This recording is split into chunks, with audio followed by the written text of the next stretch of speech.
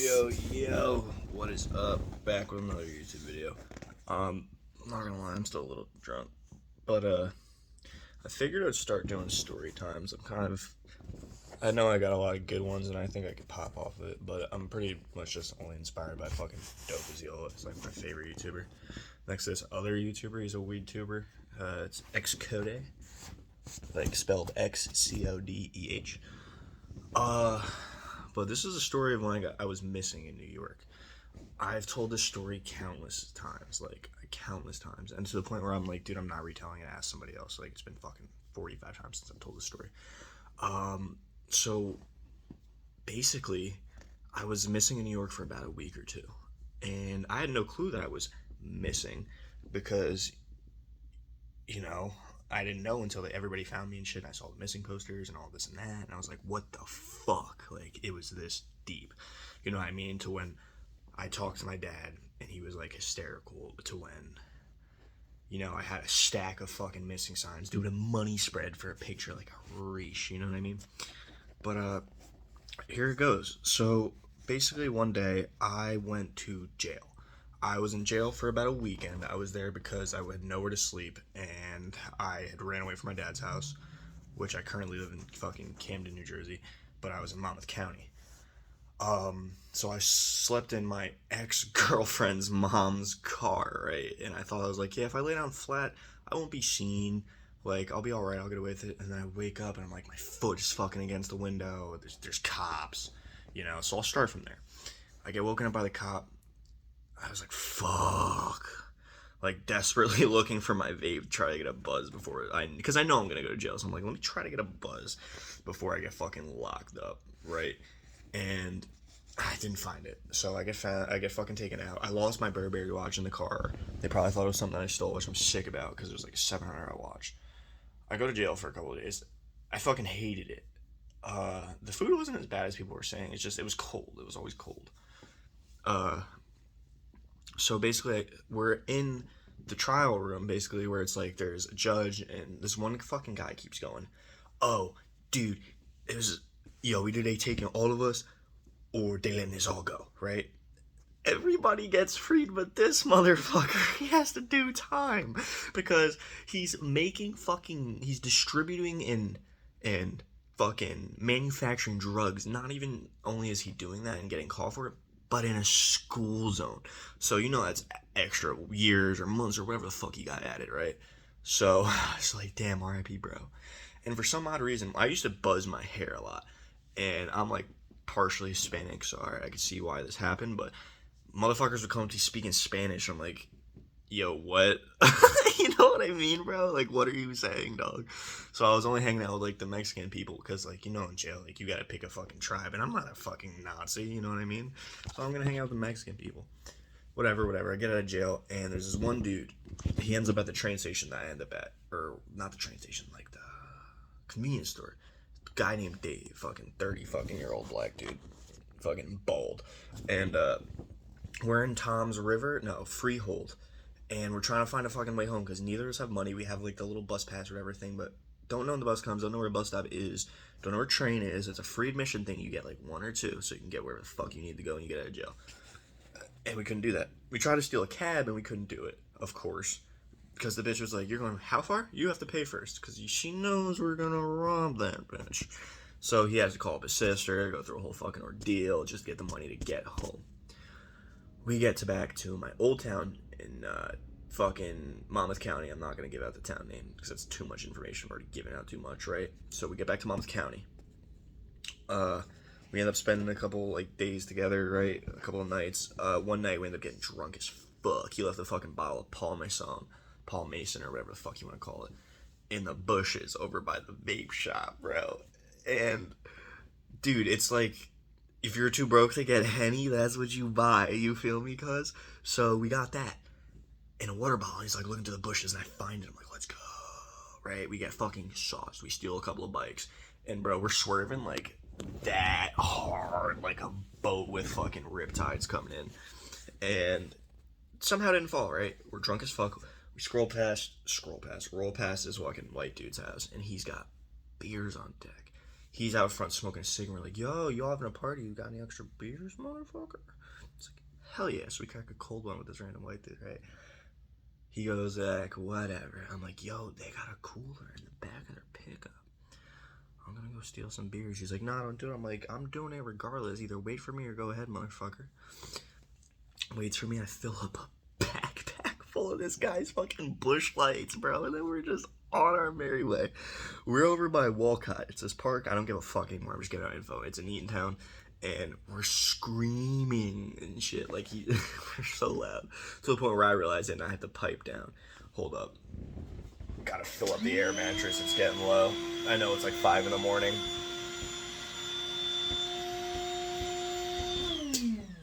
Anyways, we're fucking wasted yelling this and that. And I have the bright idea one morning. Yo, let's go to New York. So we hop on a train. I don't remember who used the ticket, but we only had one ticket for that free transit. And that was his way back because I didn't have another one. And the train conductor let us off. He was pretty fucking cool. Like, usually, like, you can't do it. Like, you have to get off the next stop and get on another train to keep trying to hop them. I remember one time I was fucking trying to fake sleep, and this bitch shook my skateboard, was tapping the fuck out of me, and I'm like, yo. And my excuse would always be, oh, I got the ticket on my phone, but my phone is dead, right? So that would always be my excuse. Worked every time. Until one day I'm like, yo, I'm going to New York. And they're like, yeah, get the fuck off the train. Because I'm still in Jersey, dog. So, yeah, we're heading to New York, right? We get to New York, whatever. I have like fucking $60 on me. We get 40s. For some odd reason, we buy black bandanas. I don't know why. We get 40s. I buy a pack of cigs. Motherfucker, a pack of Newports in fucking New York is $20. Dog. Brother. Mandem? $20 fucking dollars for a pack of cigs. I get that for 10 out here, right? I lose the pack of cigs. I'm sick as fuck. All I remember is, dude, we were just drunk as hell. I remember, like, when we were in the train station just getting there, it was nighttime, and I was talking to this homeless black dude, and I was fucking wasted. He was getting so annoyed, and I didn't care, right? So, whatever, walking through New York, there's this one cool-ass park. There's a bunch of fucking Jamaican dudes, like, playing music or whatever. We're sitting there for a little bit. He walks away, and I kind of get the vibe. I'm like, all right, he's trying to lead me somewhere. Because you don't just walk away, right? And, all right, whatever, he walked away. So I found him again, whatever. We ended up making it through, like, a whole night to the point where we smoke a blunt at the end of that night. And I end up falling asleep in the middle of some random-ass park in Harlem. Like, on this giant concrete fucking circle that's, like, it's thick, you know what I mean? Like, it's raised up a couple feet off the ground. And I'm laying back like this, feet hanging off. I'm wearing fucking off-white Air Force Ones. I wake up, and them bitches are still on my feet, and they were loose-laced? No way, right? I wake up, and I'm like, fuck, he's gone. I don't even blame the guy. I would have left him, too, if he fucking fell asleep in the middle of the park, right? Like, fuck, he's gone. So I wake up, I'm like, whatever, I start walking around, I find this one park, I'm just chilling there until something happens, right? Dude named Luther comes up. Remember this guy, Luther, he's an important role in the story. He comes up, and he's like, yo, I'm like, yo, bro, I'm from Jersey, I don't got a way home, this and that, and he's like, you'd always ask the boys, and I'm like, I'm not fucking with cops, and he's like, yeah, I figured that, because there's cops like 20 yards away, with their little fucking vans and shit. Nah, I'm not doing that. Right? So he's like, wait here, I'll be right back. I waited there for what must have been like 2 hours, thinking like, all right, he's probably not coming back. Comes out of the blue, there he is. He's like, I could get you to a phone, this and that. For some odd reason, I only remember my retarded ass fucking grandpa's number. Like, mind you, let's just only give you some perspective on this guy. He's a crazy old dude, fucking dedicated Jehovah's Witness. I call him, he's like, oh, I'm gonna get you, but after my meeting. I'm like, bro, I'm stuck in fucking Harlem. Got you, though. Guy at the fucking bodega is like, yeah, you can't use the phone anymore. You've been on for too long. So I leave, whatever. I go to Central Park. I sit down. There's this homeless guy by me. He's sipping some beer. And it's like 9 in the morning. And I sit next to him because I was like, something's telling me this guy's going to be important in my journey. So I fucking sit next to this guy. Mind you, I don't know anybody out there, right? Sit next to this guy. He's like, you want some beer, this and that. I told him my story, this and that. I had lied to him. Because I was like, if I tell him the truth, he's going to be like, what the fuck's wrong with you? why are you even out here? So I was like, yeah, this and that. I got kicked out, blah, blah, blah. My dad's locked up. None of that's true. So this guy's, his name's Francis. And that was basically my fucking guardian angel through the whole time. The guy who protected me, made sure I was straight, made sure I was fed, made sure I had somewhere to sleep that wasn't outside every night. Even though he was homeless, like, I don't know how the fuck they do it out there. He told me one day, he's like, dude, if you're homeless, the city's the best place to be if you're homeless. And sure as hell, he's right. So, you know, I'm out there spending time, blah, blah, blah. He's like directing me towards shelters, this and that. I remember one night we slept in the top of this staircase in some random apartments that looked like a fucking prison. Like, you go on the balcony, it's just straight fence. You can't put your arm through, throw anything over the balcony, straight fence. Like, it didn't even seem like apartments. Like, it seemed like a fucking concentration camp, you feel me? We sleep at the top of the staircase. And we wake up and this motherfucker's like, morning beers? I'm like, bro. I mean, I guess after a night of drinking, right? So we drink, blah, blah, blah. Morning beers, blah, blah, blah. I'm looking out the window. I'm like, what a fucking view. I never want to leave this city. This is beautiful. I want to see this every morning. And, you know, sooner or later, we're just hanging out. Whatever, we hanging out. Always in Central Park at this one lake. And it's right by fucking, it's right off of 110th and Tito Puente. And you can walk up off the sidewalk and be on Lenox Ave. So he's like, all right, you gotta try to get this EBT card, you get a free phone, this and that, register for all this shit. So I couldn't find the place because he gives me a fucking street that doesn't exist because he didn't know the right street, but I end up finding it. I go there, I apply for a ton of shit. Right, I come back, I'm like, yo, I did this and that, because before I couldn't find it, this and that. He's like, yo, bro, I'm gonna like leave you if you don't try to step your shit up and get your own, you know what I mean? And I ended up doing it. One night, I'm gonna skip a good amount, but let me give you some filler action before I do this. I meet up with this friend named Brandon or whatever, fucking big light skinned dude. Luther ends up coming back in the picture, and he's like, I'm talking to Francis, and he knows Francis, and he's like, you know this motherfucker? And I was like, yeah, that was the first guy I fucking met out here. He's like, that's crazy, Destiny did this, and it did. Alright, so we're hanging out, blah, blah, blah, smoke every single day, we go to our little spot, and then we get bored of that spot, we're like, spot number 2, and it's right above this abandoned pool. Cool shit, right? We go there, and one night, during the daytime, before nighttime hits, he's like, go out and hit a lick, blah, blah, blah, prove yourself if you want to hang out and go do dirt on the south side. And I was like, okay. I go into a fine fair, and I try to steal a fucking Modelo Chelada. And I look sus as fuck, wearing all black, hoodie over my head, and I get caught. And a bunch of dudes try to grab me up on Lenox, and I start fucking booking it, right? I'm running for my life, fucking gang behind me, trying to grab a white boy. Fuck that, right? Motherfucking guy comes from the back of the car, right up next to me, grabs you by my hood, and they're like, you know what we could do to you right now? We could fuck you up right now, trying to steal on our hood and shit. I was like, yeah, blah, blah, blah, blah, I understand, I get it, I know it's not my block, I'm not even from here. And he's like, why are you trying to steal and shit? One of the big homies, and he's like, listen, I got you, here's like $5, go get yourself something. I walk into this liquor store. I hadn't known that they were unlocked like this. Like, there's a glass fucking wall and a spindle. Or you put your money in, he spins it, grabs the cash, and spins your alcohol out like a fucking vending machine, right? I get this 1945 Poland. It's the cheapest shit you can get. And it's like a plastic bottle of JD size. And it's $5. So I come back, and he's like, oh shit, you came back with vodka? Okay. Big dog. So it hits nighttime, and he's like, yo, go to the shelter, this and that. And one of the shelters told me to go somewhere else. And then I go to the other place, and they're like, oh, you're not supposed to be here. So I'm like, fuck. I go, I have a couple bucks on me because I'm begging for money, you know what I mean? I go to Buena Del Mar, right off 110th and Tito Puente. Fire fucking seafood spot, all types of fried seafood. You get crab sticks that are like that big for $1 each. You get 3 of them, it's a meal, $3. Man, hot sauce on that bitch, you know the fucking lingo. Alright, I eat all that, I drink a bunch of the vodka, and I go back to him with my sob story, because I didn't go to the second spot afterwards. Like, they said I couldn't go there, and he's like, oh, go to the next spot, and I didn't go there, because it was fucking, I was on 110th, and it was at, like, 64th, I'm like, fuck that, I'm not walking. So I'm like, yo, bro, they wouldn't take me, this and that, like, blah, blah, blah. He's like, it's cool, just spend the night with us. And Luther, this is a guy that I met in the beginning, remember, told you, important character. He fucking comes out of nowhere and turns over, and he's a pinky nail full of fucking flour. You know what I mean when I say flour? And he's like, here, take this. And I was like, yo, make sure Francis doesn't see. I'll bug out. And I just go. And then I drank, blah, blah, blah.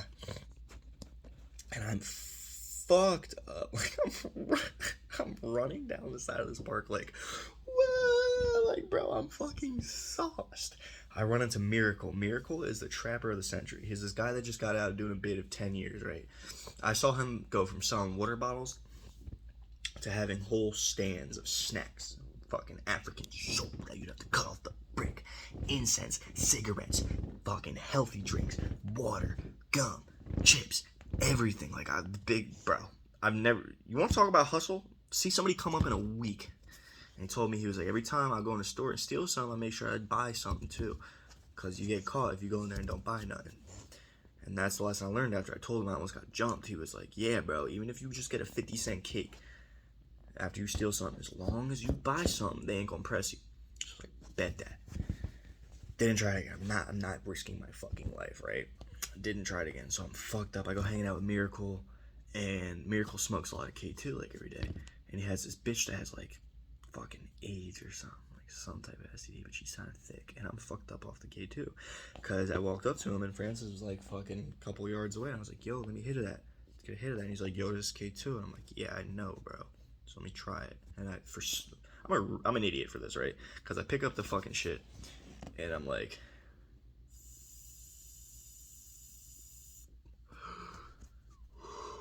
and as I'm blowing the fucking cloud out, my whole dimension shifts to the fucking shadow realm, right? The shadow realm. Because about the size of your phone, in front of me is basically what I can see. And everything else is black. And if I move like this, it fucking lags and bounces like that, the frame around me. And I was freaking out. I was like, yo, I feel like I'm gonna die.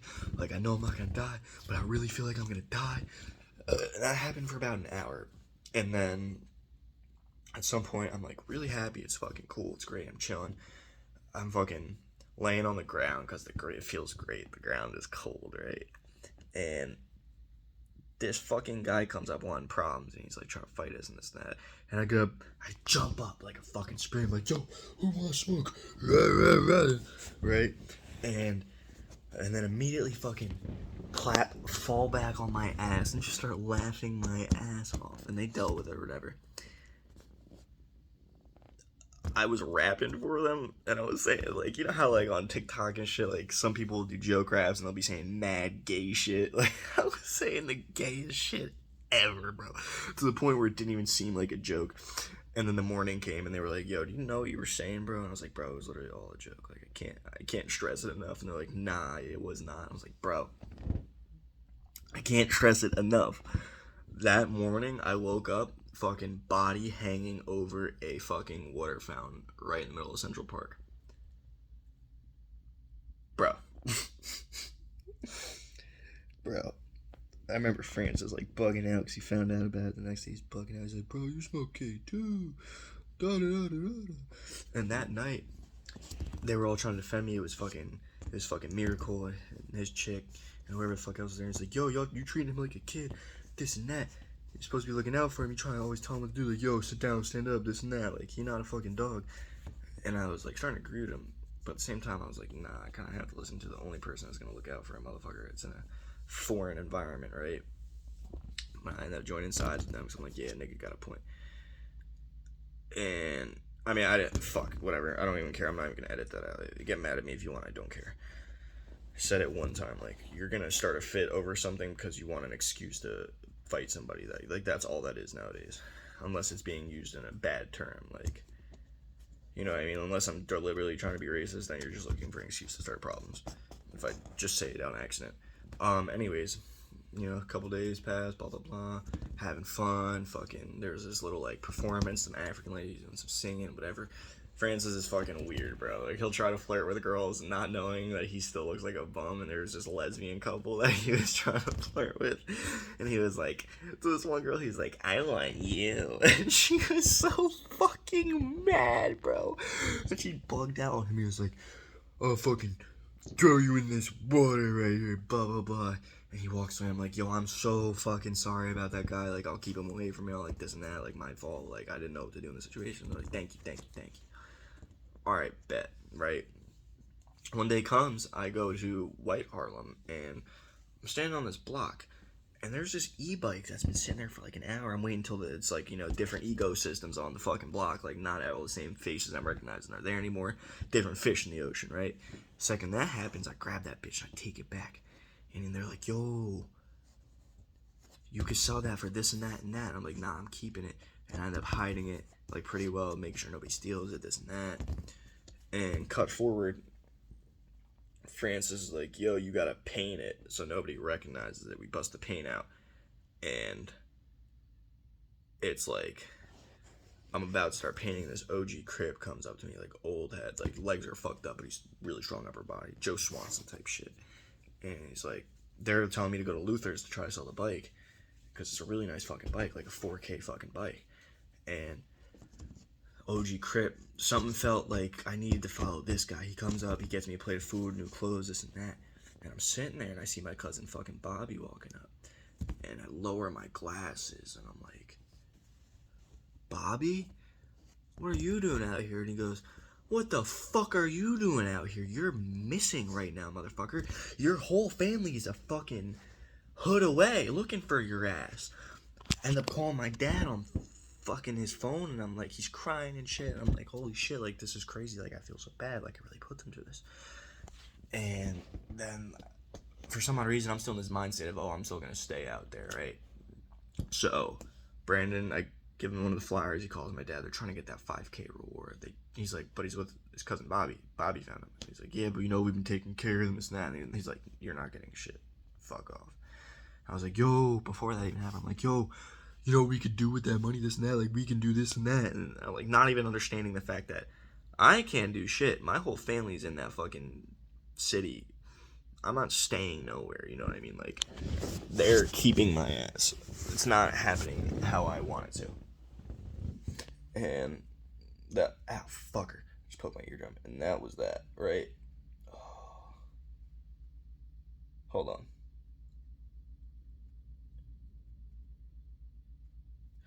Dude, there's nothing like cleaning your ears. It feels so good.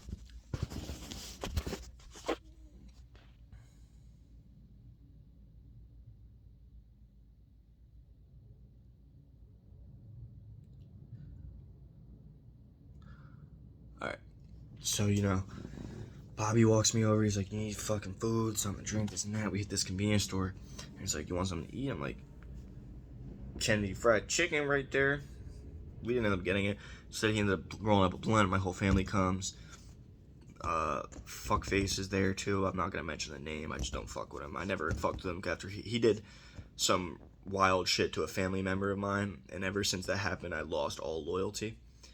And he's just done a couple of fuck things, like got in between relationships, like just being a weirdo, to the point where I did some fucked up shit because I was under the influence of shit, and tried to frame him for it because I didn't give a fuck about him, bro.